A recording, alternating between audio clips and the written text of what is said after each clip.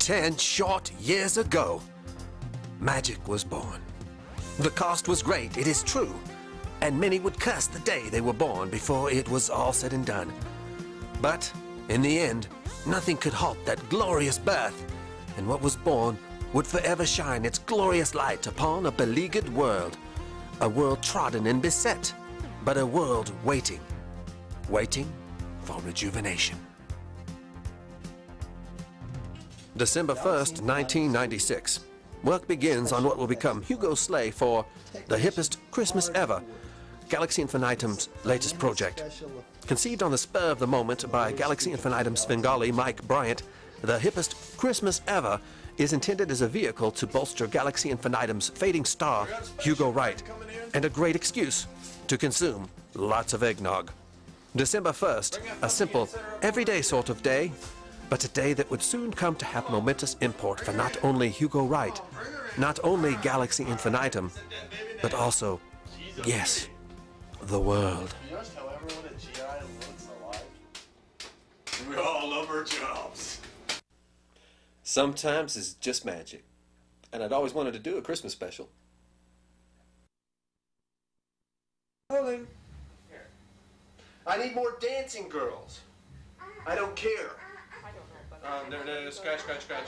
Spirits run high during the happy-go-lucky shoot. Gotta be some kind of business, and besides, you gotta come in for your line review.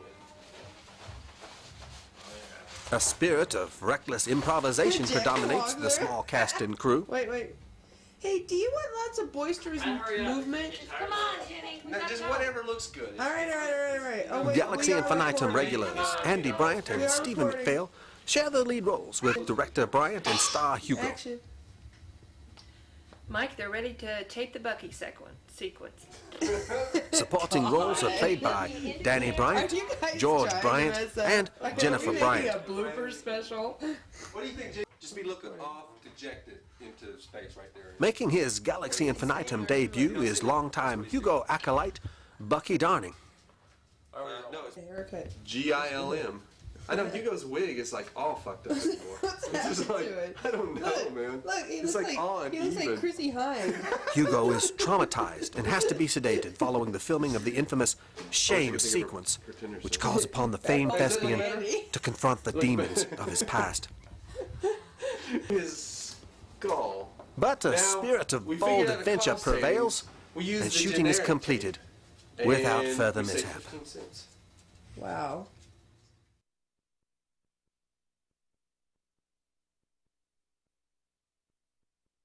Oh, I get so anxious when I'm about to do an interview.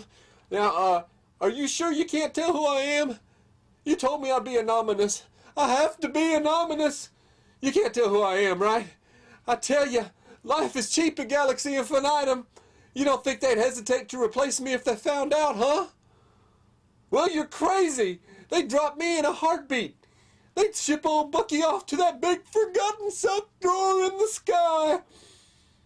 You know how many socks go missing every year? Well, neither do I, but it's a bunch, I reckon. Hey, did I just say my name? You'll cut that out, right? You know how many young socks are just waiting to fill these old shoes? A lot! I tell you, a lot! You know how easy it'd be? Just a magic marker and some crazy eyes. That's all I am! That's all I am! And a straw hat. You think it's hard to get a straw hat? Huh? They'd probably just rip this one off of my cold, dead body. That Hugo, he's out to get me. I tell you what, he won't rest till I'm drummed out of the puppet corps. Sock puppets are a dime a dozen. That Messer Hip, he'll never forgive me for what happened in Nam. Never. Never. What's that? I think I hear something. What is that? Hey, who is that? Oh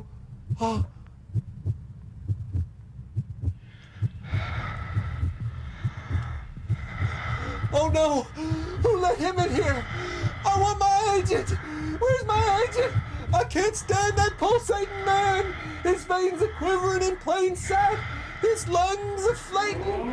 Let me out of here! Let me out of here! Let me out! Oh, I'm back in the Mekong Delta! Surf boy! Surf boy, I'm coming! I'm coming! Napalm strike! Napalm strike! Why? Why?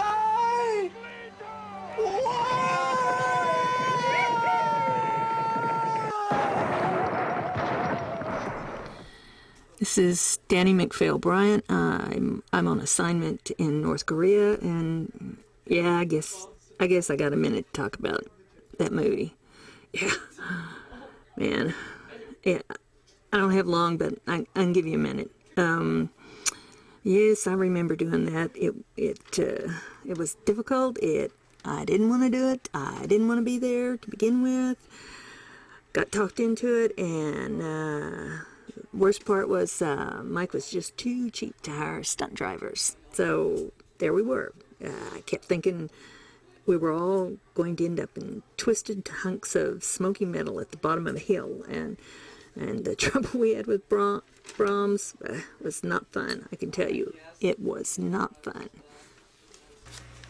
Now, in the Hippest Christmas Ever, you played a very pivotal role, delivering the important phone message from Mrs. Claus to Hugo. Do you remember working with the great bald thespian? Yeah, Mr. Rite was a very, very much professional, and he made everyone feel at ease, always getting you the most out of everyone, and he made everyone feel quite comfortable in their roles. And I was very, very proud to work with him. But he was really a dickhead. You know how that son of a bitch was, always picking his nose and flirting with people. Oh, was you still, oh my God. You're gonna cut that, won't you? We'll fix that in the edit. Yeah, because I don't want Hugo to be, that bald little son of a bitch to be about my ass. Shit. You know how he is. He'll carry it to the end of the day, his days. Man, I don't like work. Oh, well, the money was good, but Hugo's a butthole.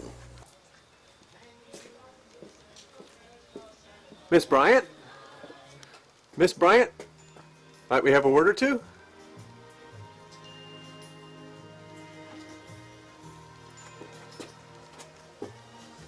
I thought I told you bastards to leave me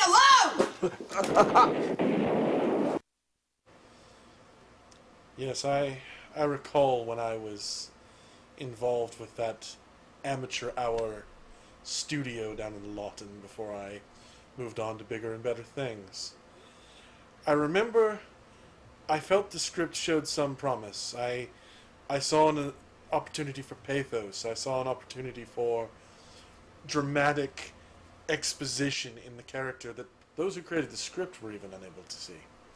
For you realize, I take my craft seriously, and I saw in this character something that was very primal, very necessary for me to convey.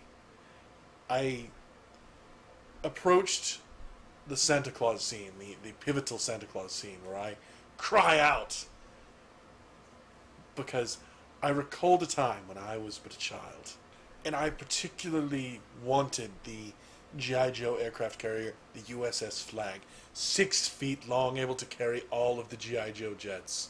And I asked repeatedly, I asked Santa, can I have the USS Flag? Christmas morning arrived, and the usual packages of socks and a week-old fruitcake were under the tree. I asked my parents, where's the flag? I asked Santa for the flag, and they looked at me with a very serious look in their eyes, and they said, Santa crashed. And how did that make you feel? At first there was sadness, then anger, and then a certain serenity, knowing that not only I, but every other child in the world would be without Santa. And I drew upon that for this pivotal moment in the film. When I looked to the skies and cried for Santa, I was once more that child asking Santa for the USS Flag. And I feel it made the film. Of course, that's not what certain individuals involved with the film would have you think. Amateurs that I've been forced to work with since the day I began with this studio. Amateurs who held my work down when I could have been the true star. I think of all the roles that Hugo took during his time with Galaxyinfinitem. Roles that he was not suited to have. Roles that I could have filled. I find myself talking about UFOs and being murdered by serial killers short in stature, while Hugo gets the gold. Every moment, and finally, when I looked to the skies and cried for Santa, I knew I was free of Hugo. And that began my career renaissance, really. Ever since that time, I've been picking up work in Hollywood. I've been in major... JJ, how are you doing? Oh yes, I did see the film. It was marvelous. How did you feel about Carl Urban? Yes, I did think he was wonderful as McCoy, even though I would have been better. So I'll tell you what, you want me in the next one. When you fired that hack Carl Urban, we can talk. Sorry. I have a little bit of an issue ever since he took that Lord of the Rings role from me. Carl Urban is a jealous hack. Where was I? We were talking about Hugo. Hugo. This studio's obsession with Hugo Rite has kept it in the realm of B science fiction and documentaries for too long. Think of the scripts that we've had that if they had not been relying on Hugo Rite and his limited talents, this studio could have been standing at the same level as the work of James Cameron, Steven Spielberg, Yui Boll. This is where the studio should be and would be if it wasn't for that bald prima donna. That's right, I said it. Bald prima donna. Take that, Hugo. I remember it all as if it were yesterday. The laughs, the good times. Good times.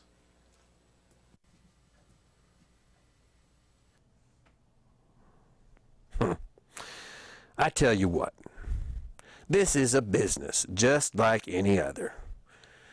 Do you think meat packers get all misty-eyed and nostalgic about some meat they packed back in 1986, huh?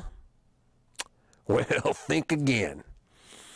What it all boils down to is you got to feed the monkey. You got to feed the monkey, and my monkey's a great big hairy motherfucker. You best believe it. Yes, it was a magic time, a time of pulling together, a time of obstacles overcome, of foes bested, of visions attained and surpassed, of dreams shared, dreams for a world to share.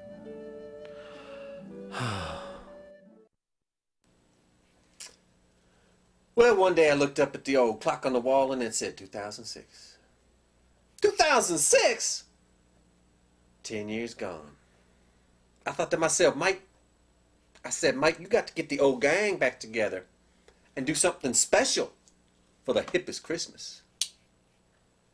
What with this crazy world we find ourselves all living in today? You know, for the kids. So I called up that old so-and-so Hugo and I said, "What up, biatch?" I couldn't believe the gall of that man, especially with the lawsuit still pending. Well, eventually, with a phalanx of lawyers between us, we worked it out. What do you mean? What do you mean, why for the kids? You saying I ain't got no cred? Yo, money, we reaching a whole new demographic now. We reaching that youth market. You gonna make me lose my mind up in here. I'ma have to get crunk, boy. I'm gonna have to get my puppet posse on your ass. I'm gonna have to introduce you to my main man, Mac 10.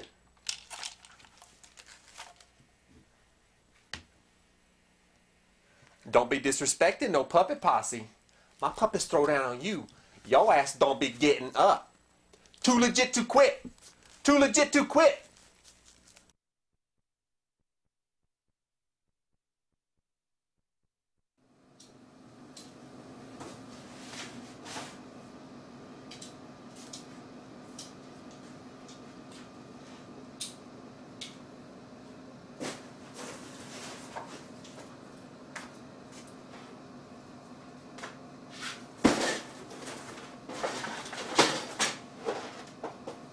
When it came time to do the full digital restoration of the Hippest Christmas ever, the original elements were in a seriously degraded condition. Here it is.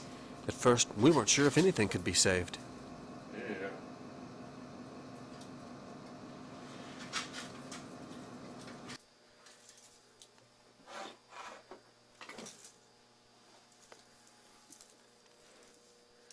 Oh, who's this? What's she doing now? Oh, look out.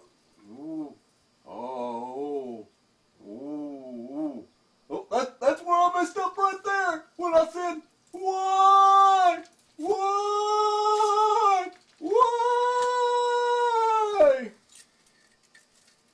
You critic.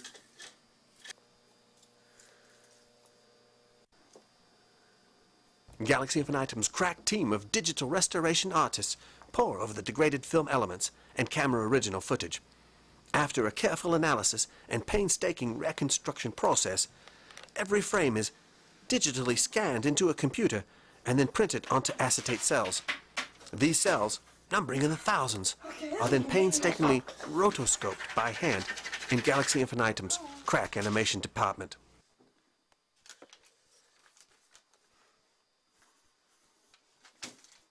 Crumpled everything up. Oh. These frames are then rephotographed to assemble a new high-contrast negative that is then whisked off to the lab for color correction and proofreading for I typos. don't have no paper.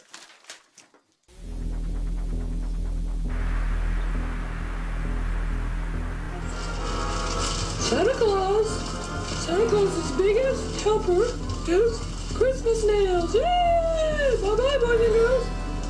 See you next time. Sleigh bells ring!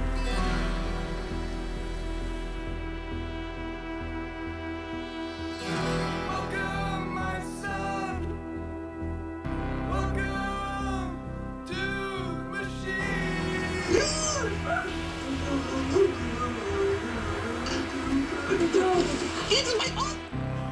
No more!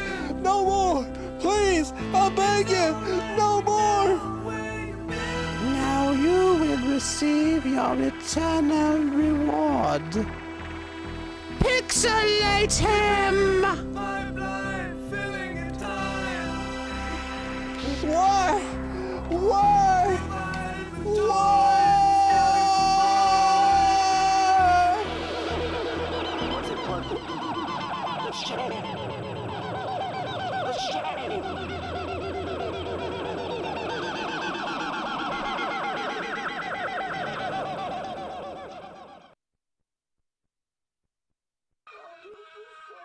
The result? A glorious recreation of the old film that not even its creator can tell from the original. With the digital restoration complete, Director Bryant has the opportunity to revisit sequences slated for the original film, which he was forced to abandon at the time. One of these, the infamous Suddenly sequence, has long been the stuff of legend. The Suddenly segment, that was always a part of my original vision for the Hippest Christmas ever. But that vision was simply not attainable with the technology that was available. Now with new digital technology, we've been able to go back in and restore that sequence. I'm very pleased with the results.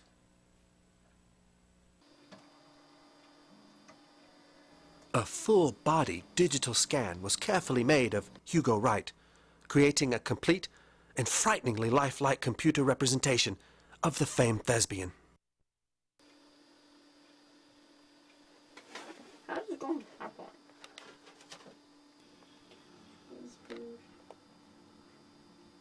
Hugo was a joy to work with, a real pro. Some actors are such prima donnas. All they do is complain about the procedure. But this guy, what a champ. He didn't even blink.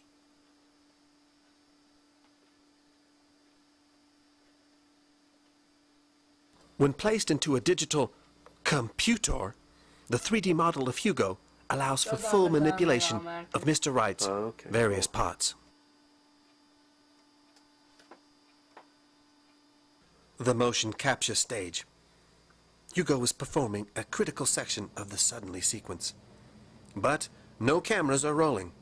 Instead, with the miracle of digital technology, Hugo's every melodic vibration is captured by computers, which store his balletic grace as a series of simple ones and zeros. Take it down a notch. Less emotion, Hugo. Less emotion. I tell you, the things they can do these days. Pretty soon you'll be able to phone in your performance from a hospital bed under heavy sedation. Of course, I'm under heavy sedation right now.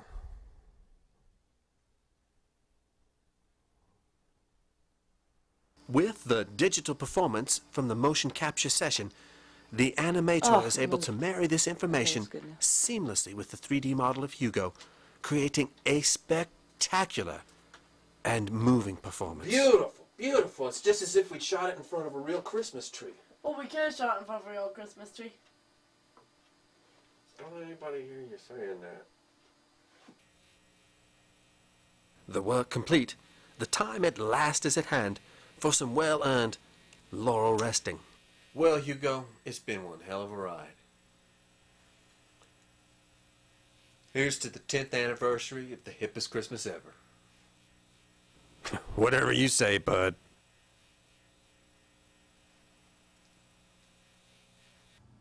You mean they're going to show it again? But why? Why? Why? What would you say to Hugo if he were here right now? If you were here right now, I would say perhaps it's been too long since we've worked together. It's not the same working with these Hollywood types. They go to their trailers, they have their publicity people. I think it would be good to work with Hugo again. I think it would be good. If he was here, I would tell him we could win an Oscar together.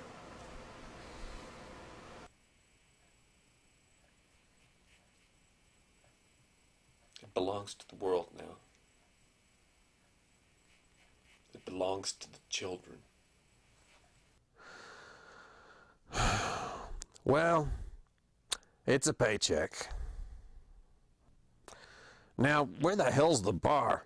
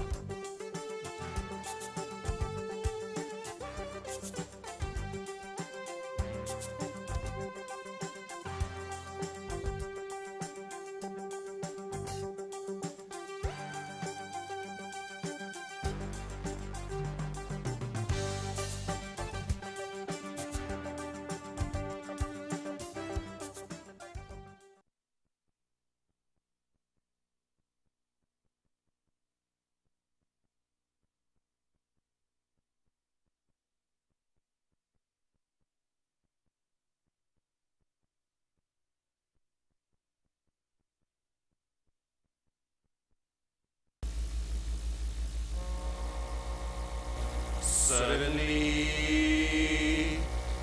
life has new meaning to me. There's beauty up above, and things we never took notice of. You wake up suddenly, you're in love.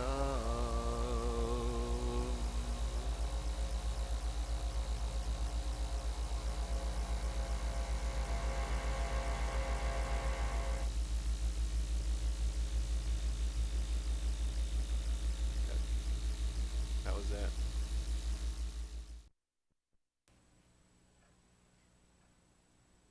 It belongs to the world now. It belongs to the children. The Galaxy ad infinitum.